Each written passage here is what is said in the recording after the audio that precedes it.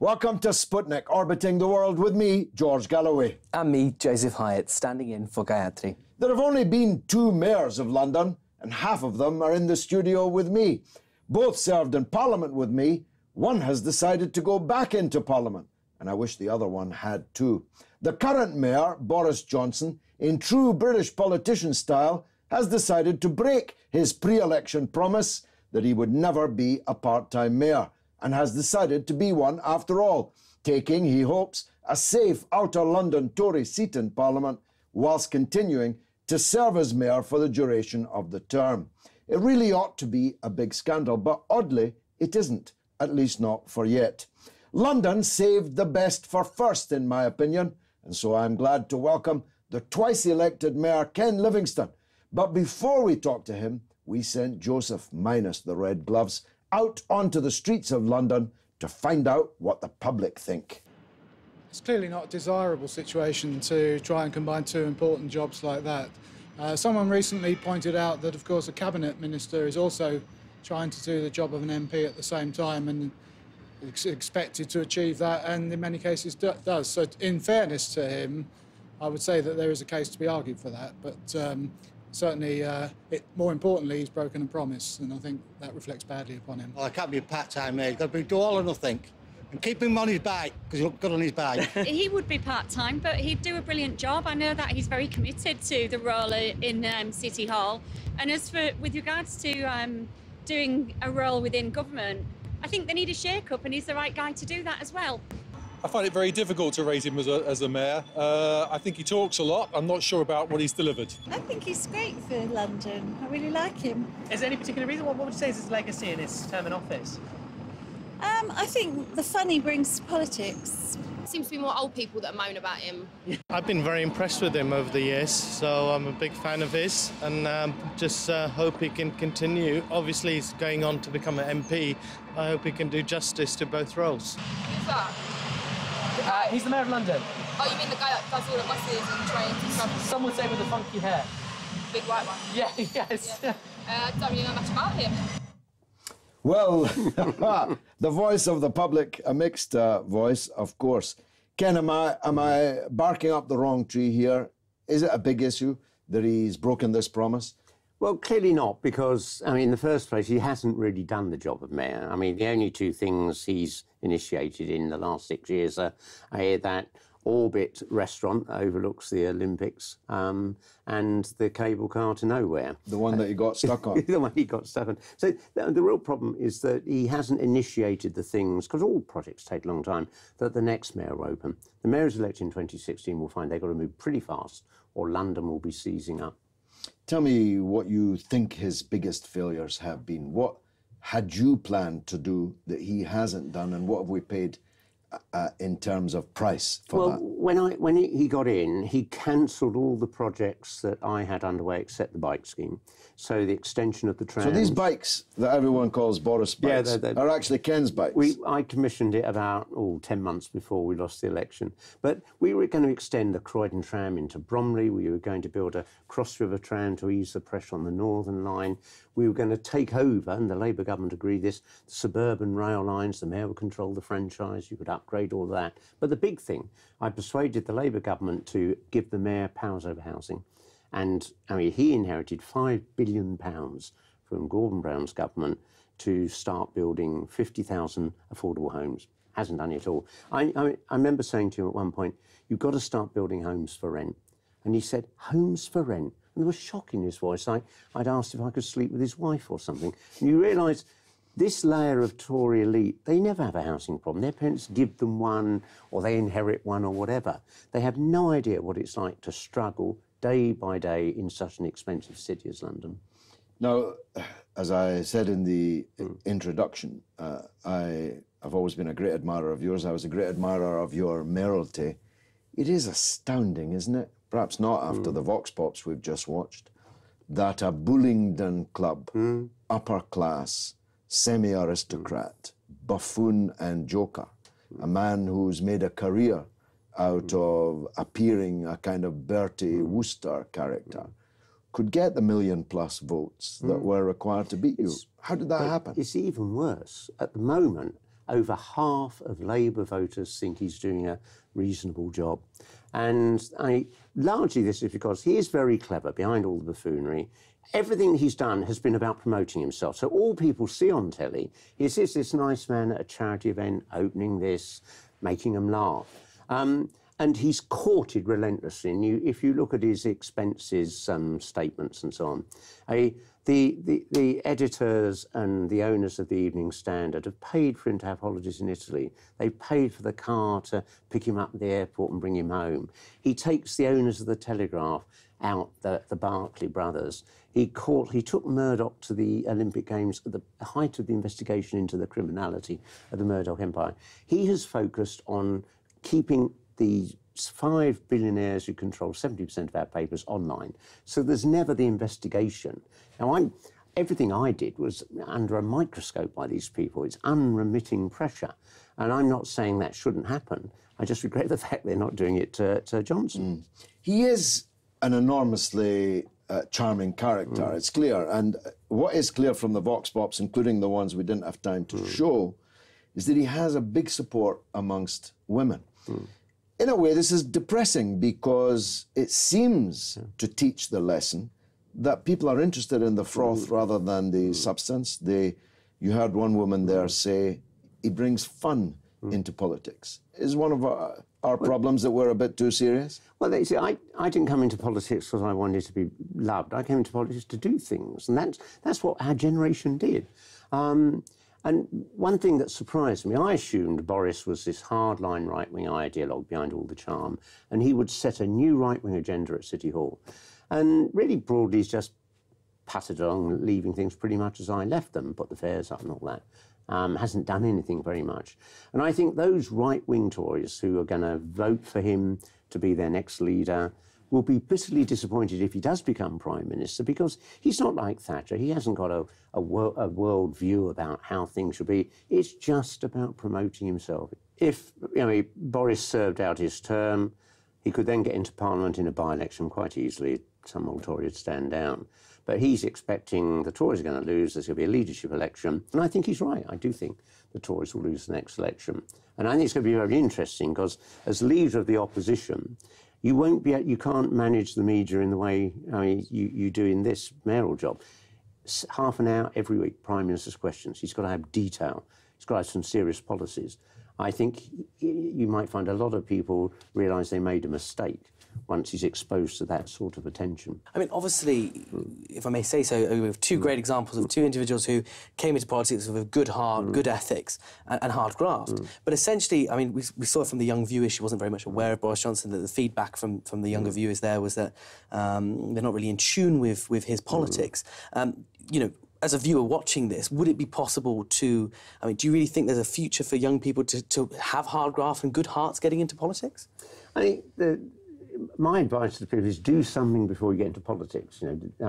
I spent 8 years as a technician at cancer research. I had something else in life before I got completely caught up in all of this. And one of our weaknesses is that very few people now come into Parliament in their 40s or 50s having achieved something outside it. People come in straight from university and they have no life outside of that, and that undoubtedly weakens our political system. But I think what's significant about Boris is you see all these people say very nice things about him, but none of them know him. If you look at the people who worked closely with him, they're scathing. Max Hastings, who gave him the job for the Telegraph, covering the European Union, and his deputy, Sonia Purnell, who was there for years working with him, are absolutely vitriolic about him. And so behind, all this charm, which is very well crafted, is absolutely a completely ruthless and I think quite cold person. Well, we are about to perhaps, in Boris Johnson, see a new leader of the opposition. What do you think of the job that the current leader of the opposition is doing? You're a giant figure of left-wing politics in Britain. Are you content that Miliband is headed for victory? And if so, what would be achieved by a victory? Well, most probably Ed Miliband is the last chance in my lifetime of a Labour government that might actually do something. All the Labour governments, I mean, I was only about a couple of months old when the Labour government came in after the war that created our welfare state and full employment. I want a Labour government like that. I do think there's a chance Ed Miliband will make real change. Whenever I've been with him, and I spent a lot of time with him in the 2 years I was running and he was leader of the party, he's focused on what you could do. He's learning what Germany got right in building a more balanced economy, jobs for working class people in manufacturing. My worry is that he underestimates, I think, the scale of opposition there comes from vested interests, international corporations, the old landed gentry, if you really threaten to make change. Because we've got just about the most unfair tax system in the West, apart from America. If you start saying to the giant corporations, we're going to stop Google and Starbucks not paying any tax, then you've got the money to actually do the things we want, they're going to be difficult. Ken, most people watching this will be thinking you left office too early. Well, I really regret now I gave up my seat in Parliament because I would have stood against Gordon Brown. We might have had a very different government. And you could still stand. Get back into the House. If Miliband won't put you in the upper house, stand for the Commons. The idea of being sent to that open prison of the House of Lords has no appeal, you know. Well, the House of Commons misses you. Thanks very much indeed. The best mayor of London, Ken Livingstone. Coming up after the break, Iraq's long fall to pieces accelerates, and those who broke it have the gall to imagine that they're just the right people to fix it again. We'll be right back.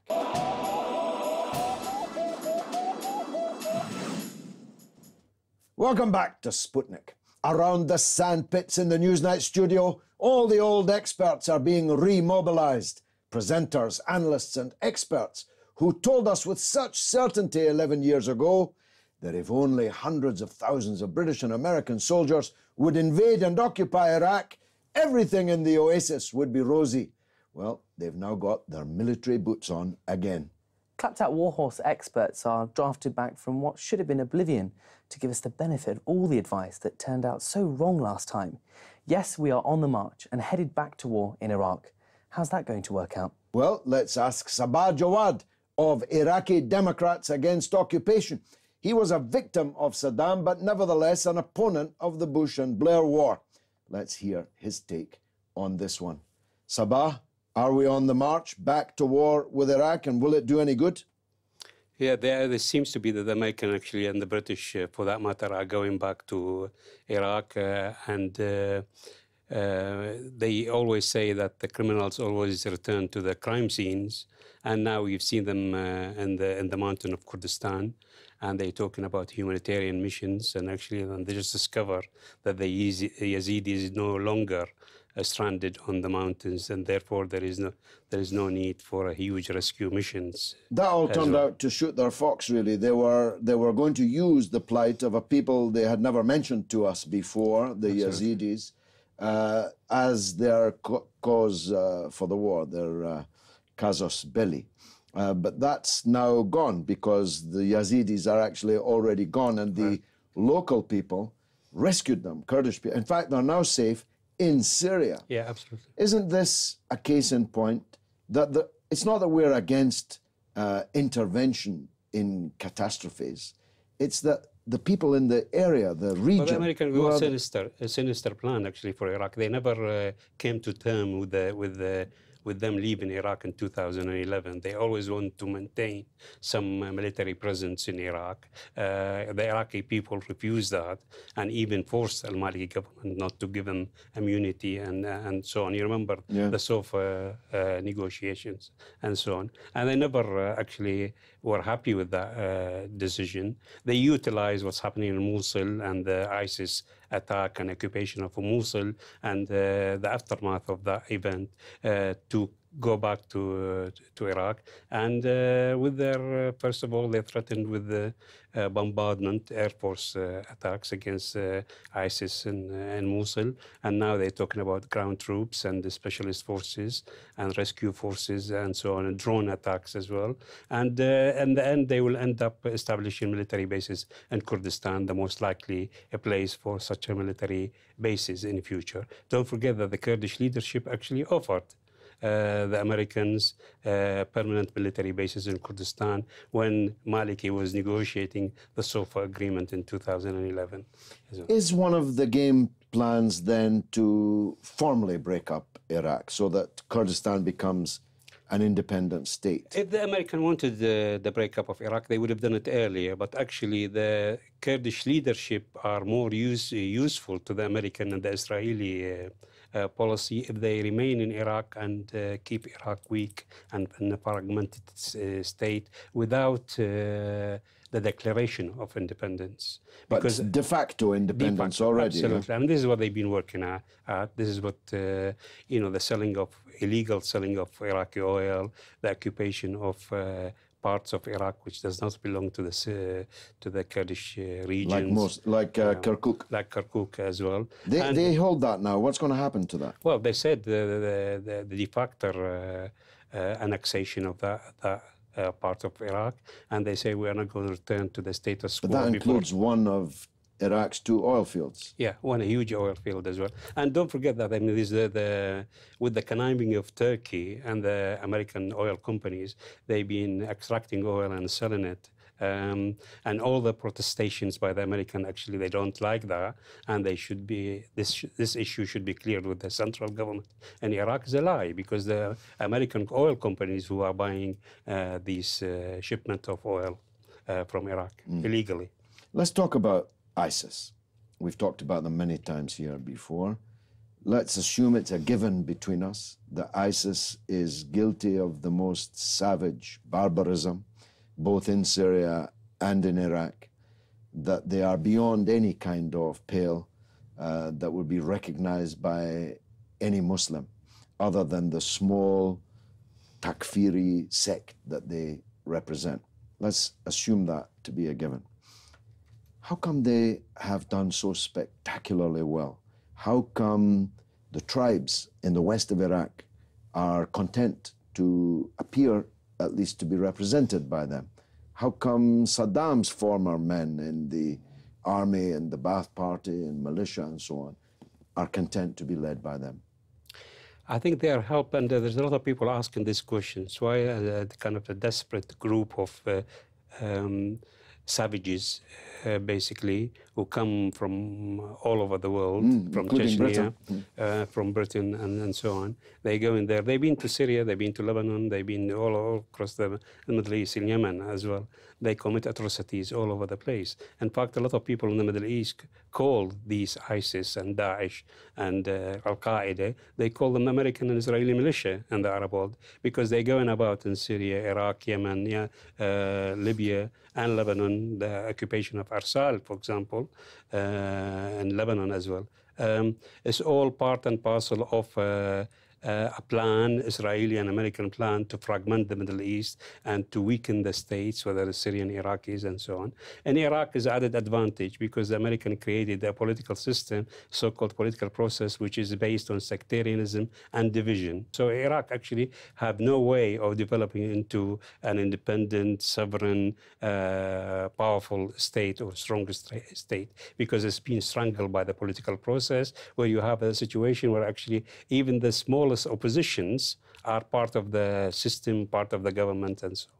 This does not manufacture strength in Iraq, continuity and sovereignty. Therefore, they created this system to maintain Iraq as a weak state, and this is encouraged ISIS to expand and to achieve this tremendous victory in Mosul. And don't forget, the Iraqi army did not fight a single shot in Mosul. And that's because of the infiltrations by the Americans. They appointed these people, and bribery of the senior Iraqi officers, because when the Paul Bremer disbanded the Iraqi army, they created another army which is very corrupt and biased in favor of the American and some regional powers as well, you know, like Saudi Arabia, Qatar, and other Turkey, and so on.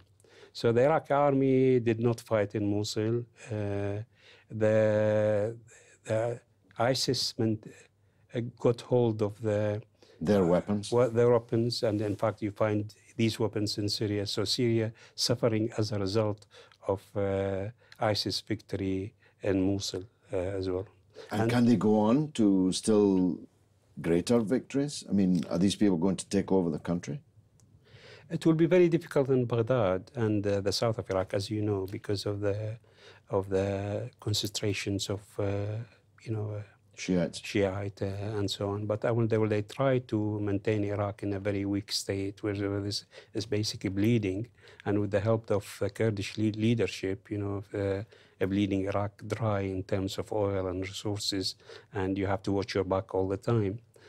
We have now basically a coup d'etat against the political system, which is the Americans themselves created in Iraq. They toppled al-Maliki because they didn't like some aspects of Maliki policies, even so that he's, at the end of the day, he obeys their order, but he did not obey their orders in terms of buying arms from the Russians.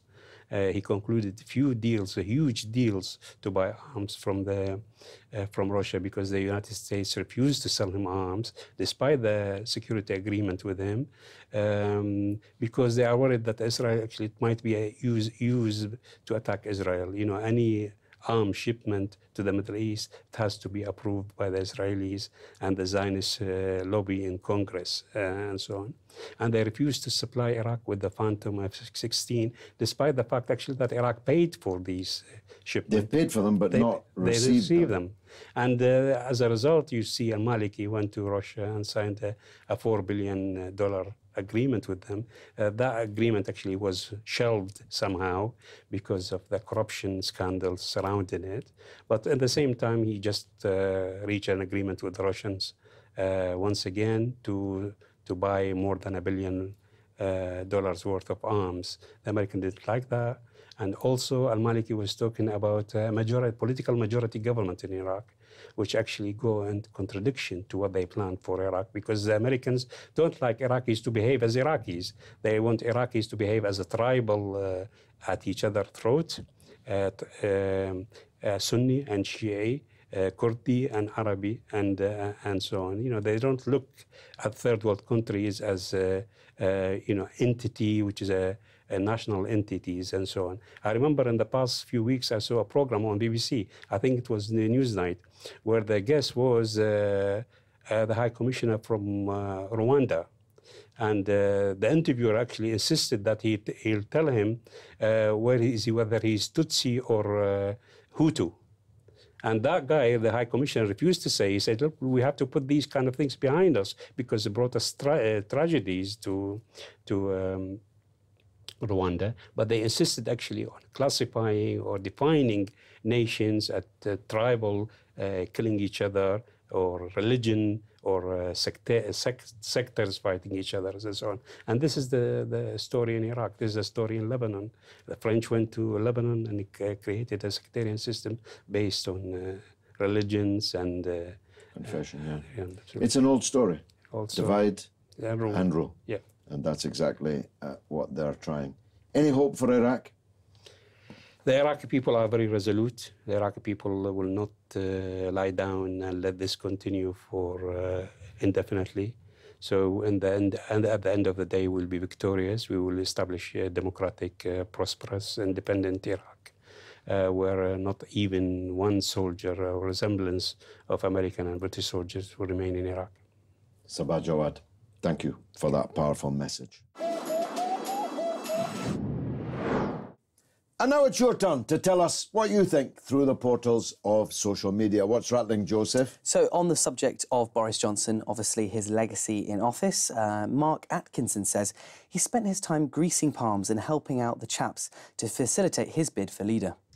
Quite a few on the water cannons that he's, of course, commissioned. 12 o'clock and all's well says, mobile shower units, #water cannons. Well, of course, he has no power, he has no legal authority to use these water cannons. The Home Secretary has not agreed that they should be used. On to the terrible state of Iraq. Aaron Markpe says, arming factions in Middle East caused this. Don't see how spending more arms in will help. And finally, Anfield says, aim is to create USA garrison in Kurdish region. I have no doubt that the Americans are going to base themselves there because they currently don't have permission to do so in Iraq. Or rather, they did have the right to base themselves in Iraq, but they would be given no immunity when they broke Iraqi law. And that was the breaking point. And that's all we've got time for today. Now, you got married yesterday, so congratulations and the best of luck with all that. And now all the viewers know why you're looking so happy. Don't forget to follow us on Twitter. It's RT_Sputnik. And of course, we're on Facebook. It's Sputnik on Russia Today. But for one final time, it's goodbye from me, Joseph Hayat. And from me, George Galloway. It's been marvellous.